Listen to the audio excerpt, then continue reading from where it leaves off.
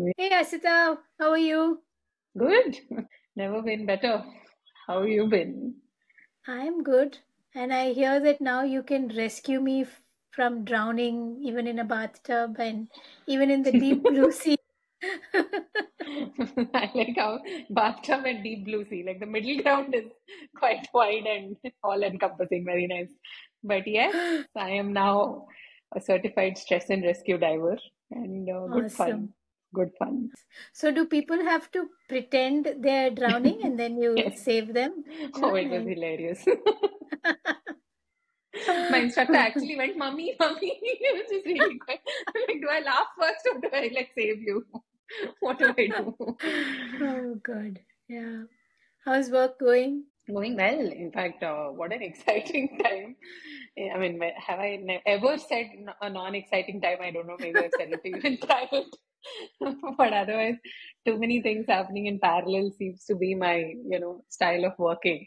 And I can only Yeah. hope that my poor team is able to keep up with that on a day. I mean, I try to be mindful as well. But yeah, right now we are thinking of moving into a product story.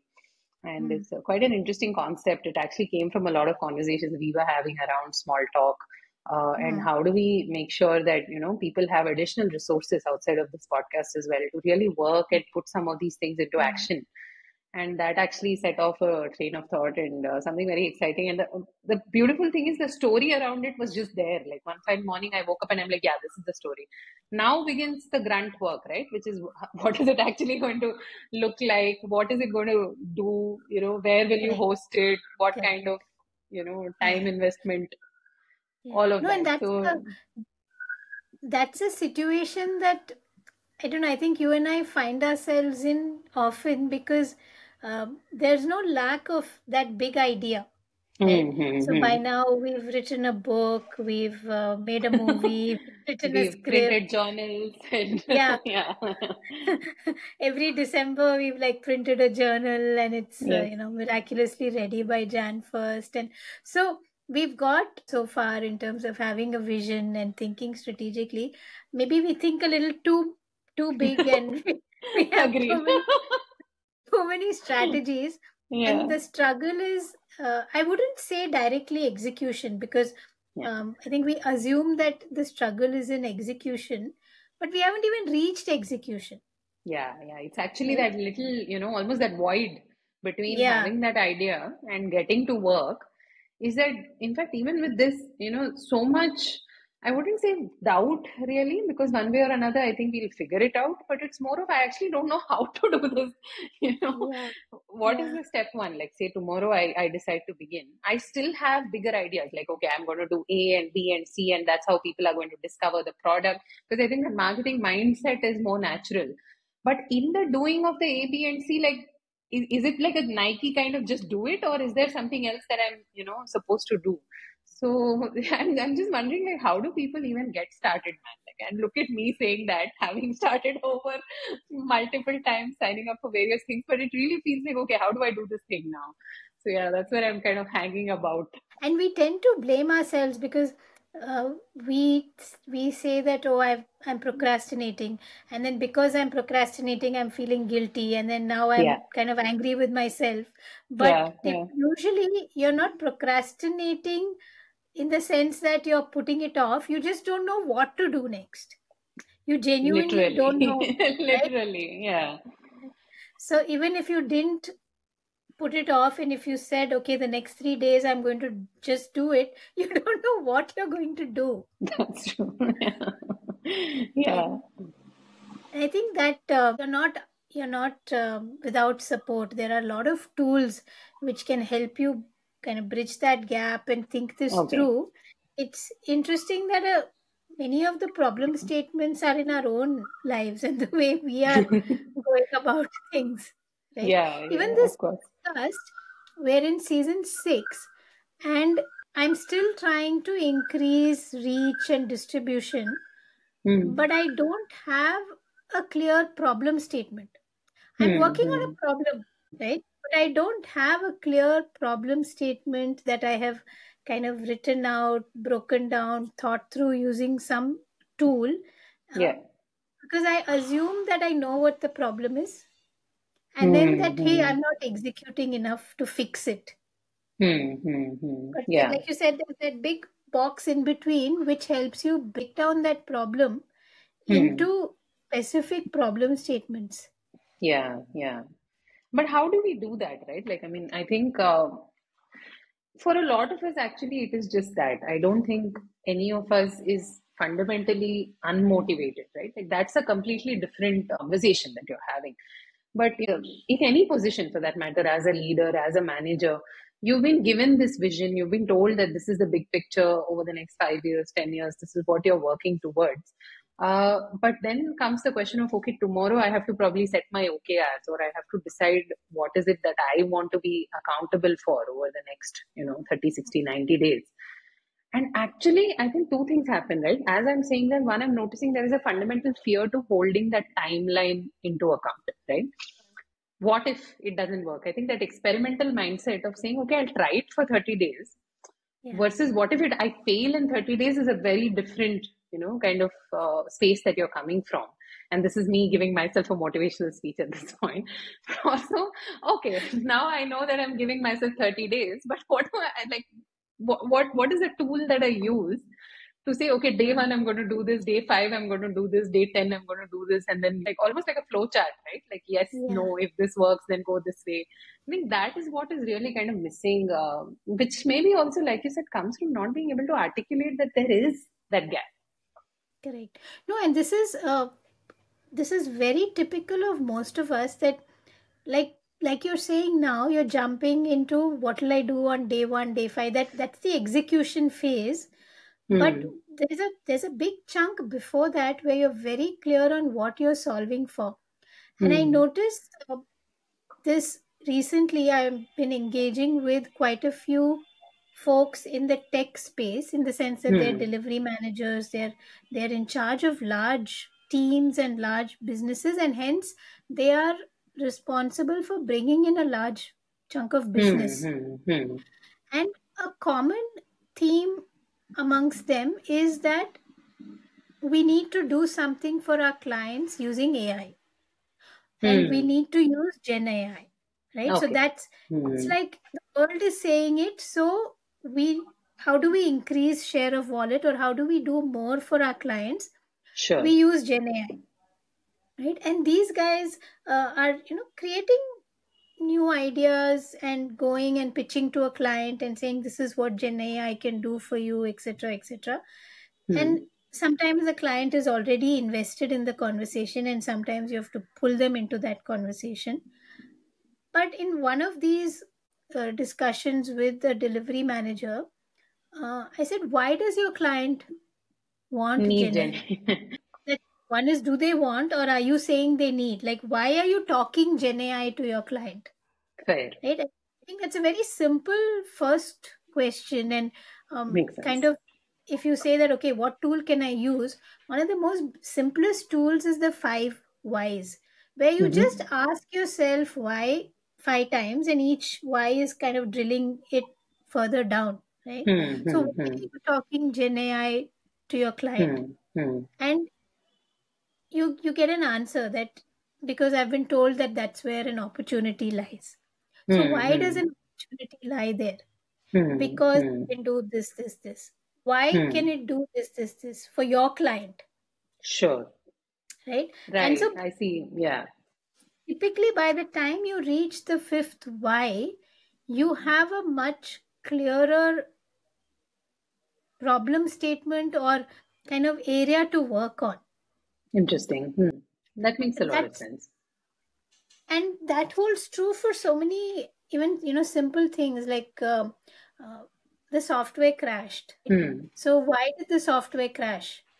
And Yeah. many times we are kind of starting with an assumption that I know the problem, and Because there's then also we are discomfort, no? If we don't know the why, then it's a huge investigative process, which I think honestly sometimes corporate environments don't encourage.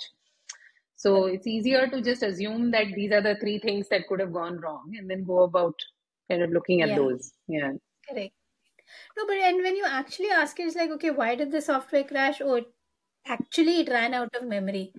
Why did it run out of memory? Because we wrote code that just kind of kept looping, maybe, right? Or did Hmm. something efficient. Why did you write that inefficient code? Because we tried to do it over a weekend. Like we were rushed.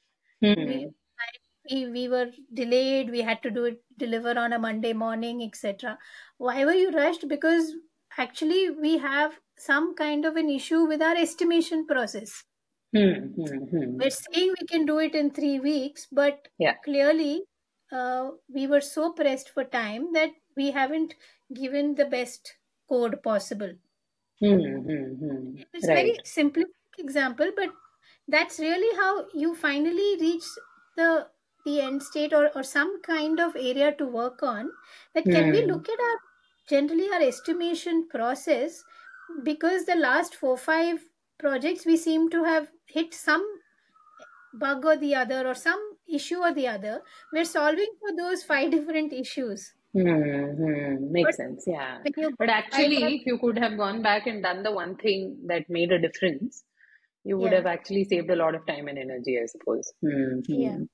So that's a And nice what's and interesting about that tool also is it's simplifying a lot of the, okay, I need to do this and this and this and this and this, mm, mm, into, just asking, okay, why, what has the most impact, perhaps, or what right, has the most significance, or even what is correct. within your budget right now, right? There could be any number of different considerations that come into Yeah, the picture yeah. as a result. No, you must have seen it so many times, like you're asking yourself, like, why aren't people signing up? You know, then you dig deeper on the form, on the questions asked, on the fields that you're asking, etc. Hmm. You come up with something very different from what you thought it was, right? Yeah, yeah, makes That, sense. why are we asking, I don't know, maybe like a phone number every time? And Hmm. that's where people are dropping off, because we don't have any other tool to capture it. And marketing needs it. Why do we need it? For this? Okay, do we really need it? Like when you come down, have we Hmm. created a problem where it doesn't exist? That's true. Yeah, yeah. Most often it happens, in fact.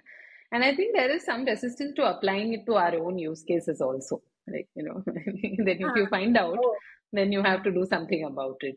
yeah. But also, it reminds me of this other kind of guest who we had, a long time ago, where this person came up and said, simplify at the expense of everything else. And which is such a, I mean, as an ideology, it makes such a lot of sense, right? Like when you remove everything that's making only 90% sense, then what you're left with is something that's better than 90%. But in the real world, I think it seems like a bit of a challenge to do that, no? Because we don't know the expense will have what results. I think that opportunity cost, we are creatures who like to avoid, too many doubts and worries on that front. Yeah. So by giving this feature up, or by giving this aspect up, and also we see that in marketing as well, everyone wants to do 4 channels, because I think the narrative is, if I don't do the fourth, or even for that matter, the third channel, then I'm already losing out on opportunity. Versus if I only did one and I did it well, it might still have the kind of impact that 4 at the same time might simply not, have for you. Yeah. But I don't know why it reminded me of this whole craze and phase of Marie Kondo, where Mm. everybody was like in this, I will simplify my life, because Marie Kondo says if it doesn't spark joy, you Spark throw it joy. out the window. Yeah, And yeah. then suddenly, you know, one, you realize you've thrown out a lot of things you've maybe I was just thinking. genuinely liked. And not Yeah, only that, I started keeping stuff, yeah, right? yeah. Because she did an about turn somewhere saying, I, I have kids now and I can't, this doesn't work for Simplify me. beyond a point. Yeah, Yeah, I yeah. can't simplify. And also, like you said, that worry that if I throw away too much, am I then anyway going to need to bring it back into my life at a greater cost? Mm. Yeah, So just yeah, hold absolutely. on to hold on to what I And you have. know what? Ironically, you always have to bring back something at a greater cost. At least that's been my experience in work and in life as well. Mhm. If you really miss the bus, then you miss the bus. There's nothing to do about it. So if you're catching the other bus, then might as well like overcommit to that particular bus and take it as far as it goes. I think Yeah. we had that with the whole audio podcast or video podcast. Finally, I ended up with no podcast also. So sometimes, you have to make that call and not feel bad that, oh, I don't have a podcast anymore. Like, okay, cool. You made that choice. Like, make your peace and, move along, do something else. So true, so true. No, these tools are actually simple and very effective. Like even a SWOT, because it sounds so old and jaded. You were like, okay, I can't still be doing a SWOT, right? Like when did this come in Hmm. 1850 or something? I don't know. It sounds so old. Yeah, But 1850. Seems a bit of an extrapolation. I don't think it was that I'll old. fact check myself later. But I remember we having this discussion that the SWOT was something that really led me to the work I'm doing now, because uh, Hmm. that too, the what we like to call the reverse SWOT, where you start first not with yourself and your strengths and weaknesses, but you start with what are the opportunities and threats in the Hmm. situation. Hmm. Hmm. So I remember when I stepped out of banking, when I first started with strengths and weaknesses, the strength was that, hey, I know banking and this part of banking and these kind of ops and this and this. And it just kept narrowing the field. Hmm. Hmm. Hmm. But when I said, okay, leave that aside, let me start with opportunities. And then the Hmm. opportunities were that there are a lot of women looking to rise in the workplace. There are a lot Yeah. of women looking to come back to the workplace. There are organizations that are looking for leadership experts who've worked earlier in organizations in Yeah. such, so many things were now opportunities Hmm. which Hmm. not have come into my worldview if I went only from a strengths perspective. Hmm. Didn't Interesting. see that Hmm. as my strength that I would, do leadership workshops or work with women who are returning, Hmm. restarting their Hmm. careers. I never saw any of that as a strength or an area of interest. See, that's an interesting perspective, no? In general, I think when a framework is given to us, we feel like it has to be implemented exactly that Yeah, way for it to work. yeah, And when it doesn't work, suddenly the framework is the villain. Versus, I like this idea of actually starting with what is the opportunity out there right now? What could the market use? Let me test correct. that, and obviously there will be, complementing threats that come up wherever an opportunity arises. And then is my skill set enough to fulfill whatever that opportunity is, or do I need to talk to other people? I think it's a whole other. It's almost like a different framework entirely, right? Like the way you're Yeah, approaching the problem yeah. itself changes. Yeah. Correct, correct. No, so there are so many out there which, you can use a SWOT in whatever role that you're a consultant, you're a, you know, project manager, or you're running a certain PNL, etc. Yeah. These are tools that come into play in all these situations, and that's why they've Hmm. also kind of stood this test of time, right? Hmm. A lot of the, I think in marketing, especially this whole blue ocean strategy, Yeah. right? Oh Uh, man. Overused and overstimulated piece of, yeah, yeah. But I think again it just, and the reason behind that is that you're just, even OKRs for that matter, no, which mm, is more of seen as a strategy to execution, that conversion piece, how do you do it? I think so many times it falls flat because that communication, that language is not, clear enough in terms of what is the expectation in using this framework. But you're right. I mean, finally, if you sit down and say, okay, the framework is this, but how can I apply it to my context? I think that little bit of nuance is where maybe even honestly I am stuck, right? Like yeah, maybe that thought process is abstract still there, but the what is the step one is coming from that place of not knowing how to turn theory into practice, perhaps. correct, correct. And I think a good way to today, especially we have these tools at our disposal. If you're picking a framework, or use a tool like ChatGPT to say, hey, this is what I think my problem statement is, or this is what I'm Hmm. struggling with. If I Hmm. were to use these two, three tools, where does that take me? I Makes mean, it sense. needs some prompts, it Hmm. needs some iterations, but you've got somebody thinking along with you, and that will Absolutely. trigger a lot of pathways, so to Thinking on speak. your own, yeah, yeah, it's a lot more independent of yourself. Yeah, Because as a person, yeah, again, we bring in our own fears, biases, inertias into the process, which invariably, I mean, that's what makes us who we are. But at least having that other neutral third party almost in the room, I guess it's quite helpful. And honestly, I found that that separation is quite nice to achieve with custom GPT since we are on the subject of AI. There are a lot of tools today which are built to have more empathetic conversations with you. That is their purpose. And they are built on GPT again as well, but the training allows them to be a little more sensitive to probably the situations that you're bringing to them. So take that conversation there, take a different conversation to GPT, take a different conversation maybe to Gemini, I don't know, and really kind of try it out. Seems like a good idea, even if you don't want to necessarily introduce the idea yet to the world or to a significant number of people. I think what we're saying is use the real tools to examine these kind of frameworks and tools Yeah, in your context and keep an open mind. And you know what interesting thing about something like a Gen AI tool is it also makes you think a little more and articulate, because you finally yeah, have to write a good prompt, and yeah, in yeah. writing that good prompt you A lot uh, of your thinking is lot of your refined as well. thinking That's gets true. clarified, and finally you may Hmm. completely reject what the system gives you, and it's fine, you don't even have to look at it, but you've clarified for yourself That's in the true. process Yeah, of yeah. framing it. Or even think about it as, okay, if I were to frame this to an external consultant, Hmm. right, what would I say, and then how would I probably start breaking this down, and what tool could I use? Makes a lot of sense. Yeah, I think it's time to really just use some of these. People have put some time, energy, effort into building them for sure. And they've been working for a lot of people. So why should I have the ego of assuming I'm the exception to the rule? Most of us aren't. And just kind of get started, along the process. And if that means a lot of soul searching and introspection and journaling and, using these tools in that sense of Yeah. clarifying my own thought process for a while, then so be it. That's what is needed right now. And That's the bus I will get on at the expense of all else. and where you have the benefit of teams, do it as a team activity, right? Makes You sense. don't have to be the lone ranger trying to figure out what's wrong.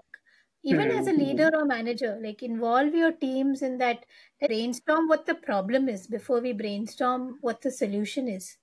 And if we use Hmm. a framework, what is it looking like? Hmm. What new Hmm. things are coming up for us, and what pathways are they taking us to? I think it can be quite insightful. Absolutely. Yeah. Now I'm excited. I think there was a lot of fear and trepidation. Just not knowing the next step, right? It's almost like groping in the dark and hoping you're stepping in the right place, Yeah, or yeah. diving in bad visibility and hoping you're going in the right direction. But now the light is shining, so we will head as far as the light takes us and then see what happens next. See, I am always on dry land, so you can use all the metaphors you want. Okay, cool. Sounds good. Catch you next time. Bye. Bye.